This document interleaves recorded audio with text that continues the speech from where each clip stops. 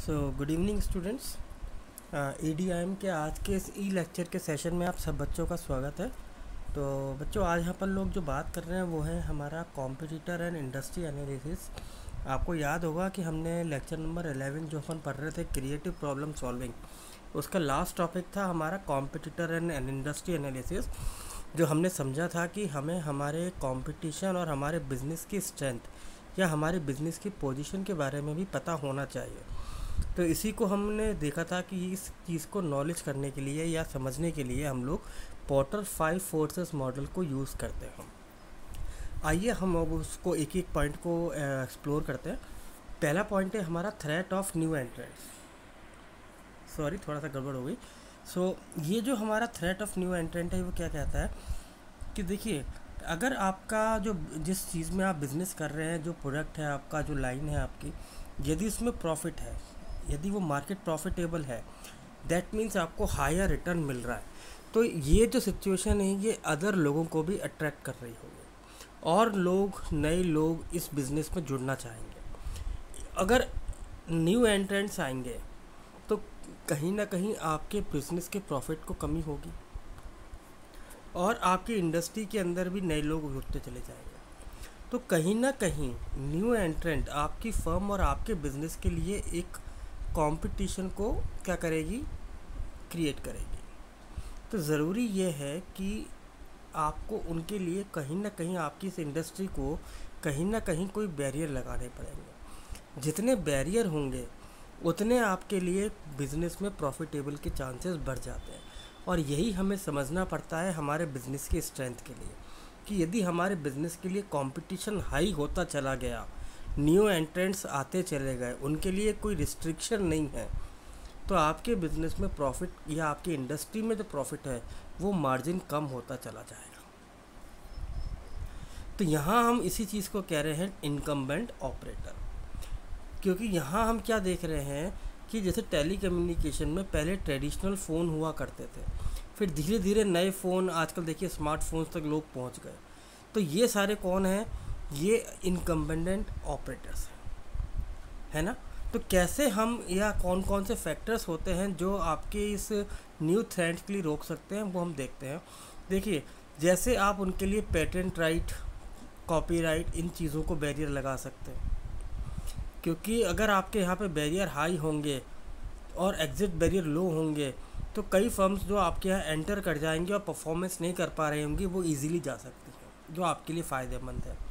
Government policies, capital की requirement, costing, cost disadvantage of independent in favour times of, product में अगर अंतर है, ब्रांड की इक्विटी यानी ब्रांड लोग कस्टमर्स क्या प्रेफर कर रहे हैं, और आपके कस्टमर्स का नए प्रोडक्ट पे स्विच करना या नई कंपनी पे स्विच करने की कॉस्टिंग,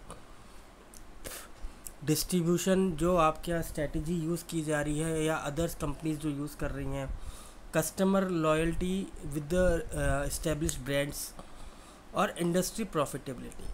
ये सारी चीज़ें जो फैक्टर्स होते हैं ये न्यू एंट्रेंट्स के लिए कहीं ना कहीं बैरियर्स का भी काम कर सकते हैं। यदि इनमें कहीं कोई गैप है और उनके लिए मौका है, तो ये मान लीजिए कि न्यू एंट्रेंट्स इजीली कभी भी आपकी इंडस्ट्री में एंटर कर जाएंगे। फिर आता है दूसरा, threat of substitute. Threat of substitute क्या कहता है कि जो आपके अभी एग्जिस्टिंग प्रोडक्ट्स हैं और किसी कंपनी और किसी कस्टमर के लिए आपके प्रोडक्ट को चेंज करके सब्स्टिट्यूट प्रोडक्ट पे जाना यदि आसान है, ये आपके बिज़नेस के लिए पोजीशनिंग सही नहीं है, आपकी बिज़नेस के लिए नुकसानदायक पोजीशन हो सकती है। जैसे tap water might be consider substitute for the Coke. तो ऐसे वाटर जो कि अपन देख रहे हैं कि अगर आपको कोक नहीं मिल रही या आपको पेप्सी नहीं मिल रही, तो वो क्या करेगा, वो ऐसे लोकल प्रोडक्ट पे चले जाएगा जहाँ पे वो इजीली स्विच कर सकता है, उसको कॉस्टिंग कम आ रही है। तो ये जो न्यू थ्रेट्स हैं या ये सब्स्टिट्यूट्स हैं या अदर सब्स्टिट्यूट्स हैं आपके प्रोडक्ट के बदले में, वो आपके बिज़नेस के लिए सही नहीं माने जाते। तो यहाँ हमें क्या देखना पड़ेगा? देखिए, आजकल आप देखिए कि जो ये टैप वाटर, ड्रिंकिंग वाटर है, इसके लिए ईजीली मार्केट क्या है, इंक्रीज़ हो रहा है। आप देखिए कि जैसे हम ये कहते हैं ना कि पाई का टुकड़ा छोटा होता जा रहा है, तो कोक और पेप्सी दो बड़े मार्केट में बेवरेज इंडस्ट्री में काउंट किए जाते हैं। पेप्सी बहुत ज़्यादा एडवर्टाइजमेंट करता है, कोक भी बहुत एडवर्टाइजमेंट करता है, पर यदि इजीली कोई पर्सन टैप वाटर की तरफ सब्स्टिट्यूट हो रहा है तो इन दोनों बिजनेस के लिए वो क्या है, ये कहीं ना कहीं खतरे का निशान है। यदि पर्सन ट्रेडिशनल फ़ोन से लेके स्मार्टफोन की तरफ मूव कर पा रहा है इजीली, तो कहीं ना कहीं उनके लिए वो डेंजरस सिचुएशन है। तो इसके अंदर हमें कुछ फैक्टर्स को डिस्कस करना पड़ेगा, जैसे बायर्स की प्रोपेंसिटी टू सब्स्टिट्यूट, क्या इजीली मूव कर पा रहे हैं। प्राइस के अगर हम देखें, क्या प्राइस के में भी सब्स्टिट्यूट आपके कंपैरिजन में आ रहा है। जो उनकी कॉस्ट स्विचिंग कॉस्ट है, क्या वो कम से कम है। जो सब्स्टिट्यूट अवेलेबल है वो मार्केट में बहुत ज़्यादा है।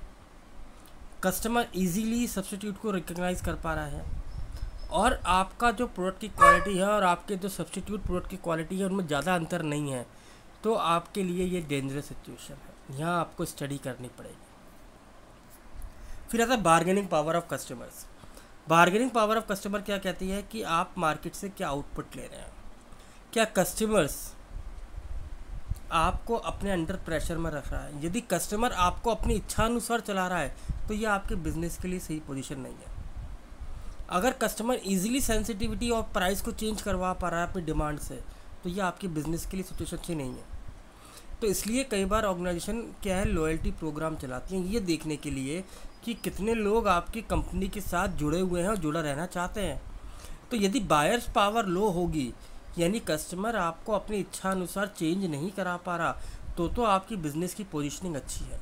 और यदि कस्टमर अपनी इच्छा अनुसार आपकी प्राइस को चेंज करा पा रहा है, तो ये आपकी बिज़नेस के लिए गलत सिचुएशन है। इसमें जो हम फैक्टर्स को स्टडी करते हैं, जैसे कि अभी आप अपने चैनल ऑफ डिस्ट्रीब्यूशन में कितना डिपेंडेंट हैं, कितना वो इजीली बार्गेनिंग कर पा रहा है, क्या फिक्स्ड कॉस्ट आपकी यहाँ हाई आ रही है, वही buyers cost from one company to other product low है, इंफॉर्मेशन कितनी कंज्यूमर्स को अवेयर है, सब्स्टिट्यूट प्रोडक्ट मार्केट में कितने अवेलेबल हैं, बायर्स प्राइस को लेके कितने सेंसिटिव हैं, आपके प्रोडक्ट की क्या यूनिकनेस है, और आपके बिज़नेस की ट्रेडिंग क्या हो रही है। इन सब चीज़ों को हमें स्टडी करना पड़ता है अंडर दिस फैक्टर। देन आता है हमारा फोर्थ पावर, जो हमने फोर्थ पढ़ा था वो था हमारा बार्गेनिंग पावर ऑफ सप्लायर। देखिए सप्लायर एक बहुत इम्पॉर्टेंट पार्ट है हमारे बिज़नेस के लिए, इनपुट के लिए।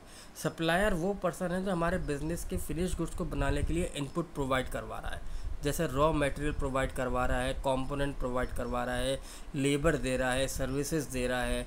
तो यदि आपके सप्लायर के पास पावर है, यानी कि आप सिर्फ एक सप्लायर पर डिपेंड हैं, तो ये आपके बिज़नेस के लिए सिचुएशन अच्छी नहीं है, क्योंकि सप्लायर अपने हिसाब से चीज़ों को चलाएगा, आपके बिज़नेस को रन करेगा, मन मर्जी से आपकी ट्रांजैक्शन टाइम, क्रेडिट टाइम, इन चीज़ को ऊपर नीचे करता रहेगा। तो इसलिए कहा यह जाता है कि जो सप्लायर्स हैं एक कंपनी के पास एक से ज़्यादा होने चाहिए। यदि आपके पास एक से ज़्यादा अल्टरनेटिव हैं तो आपकी बिज़नेस की पोजीशन क्या है, अच्छी है। यदि मान लीजिए आप बिस्किट बनाने वाली कंपनी है और आपके पास सिर्फ एक सप्लायर जो कि आपको मैदा या आटा डिलीवर कर रहा है, तो वो आपकी बिज़नेस के लिए अच्छी सिचुएशन नहीं है। आपको ज़रूरत है कि आप एक से ज़्यादा सप्लायर ढूंढिए जो कि आपको ये रॉ मटेरियल प्रोवाइड करवा पा रहा है। तो इसके लिए हमें कौन कौन से फैक्टर समझने पड़ेंगे कि जो हम एक सप्लायर से दूसरे सप्लायर पे स्विच कर रहे हैं उसकी कॉस्ट कितनी आ रही है, दोनों के डिग्री में कितना, दोनों के काम करने में कितना अंतर है।